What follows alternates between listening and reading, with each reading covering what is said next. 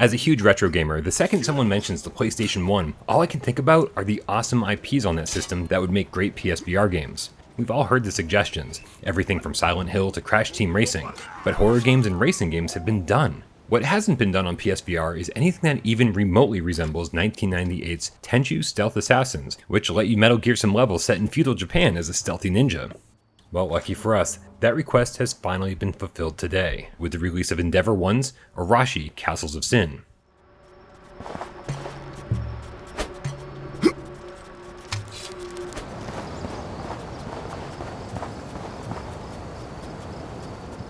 Arashi puts us in the role of Kenshiro, who's been tasked with traveling to 5 castles throughout feudal Japan that have been taken over by bandits. Each level is set up essentially the same. You'll be briefed by your cousin in the courtyard, then it's time to load up with supplies from the safe house. Once you're ready to go, you'll head out into the countryside and make the long journey to the tower itself. Levels here are fairly linear, but set up in a somewhat sandbox fashion, with plenty of options on how to get from point A to point B. Along the way there are collectibles to find, trees to talk to, and tons of enemies to take down. Finding the best way to kill everyone, or just sneak past them completely, introduces us to most of Arashi's core gameplay mechanics. You can blazingly run straight into battle, lay traps with landmines or poisonous food, or best of all, call on your trusty wolf companion Haru to help you out.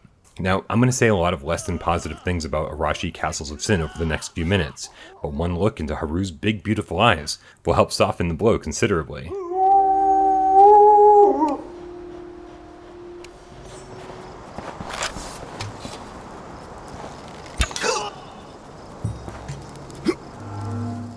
Being stealthy is probably your best bet here, not only because it's incredibly ninja-like to do so, but also because sword fighting kinda sucks. It's all based on parrying, so you need to block and then quickly attack, and you're constantly retreating because enemies have a tendency to get right up in your face, which makes the attacks almost impossible to block. There aren't any physics or ragdolls in play here, so everything comes off a bit wagglish, and swinging the sword too hard results in 0 collision detection, so if you want your hits to land, you've got to swing much slower than you'd expect.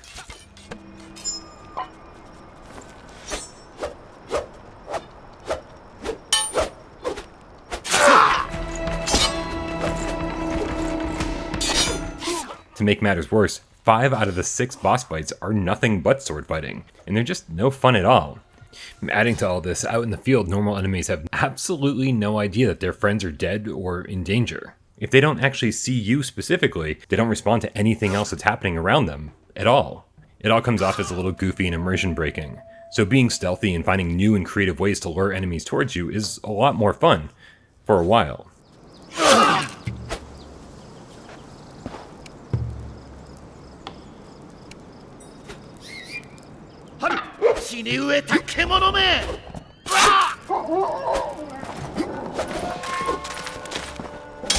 Because eventually levels start to drag on with areas that look and feel far too similar, and once you start experimenting with ways to make progress faster, you'll quickly realize that it's easy to cheese your way through a level. Not only can you hop from place to place and remain out of sight, but even if you have 5 enemies chasing you, there's nothing to stop you from racing to the end of the level and triggering the loading screen. Sure, you don't have to cheat like this, but you will give in to this at some point or another, whether out of necessity or just sheer boredom, and it's not satisfying.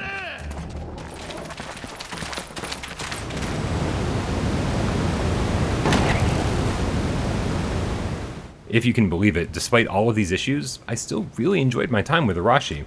I think a lot of it has to do with the fact that we've been desperately wanting a Tenchu-styled game in VR for 5 years, and I'm really thankful that we finally have one. But it's certainly more than that.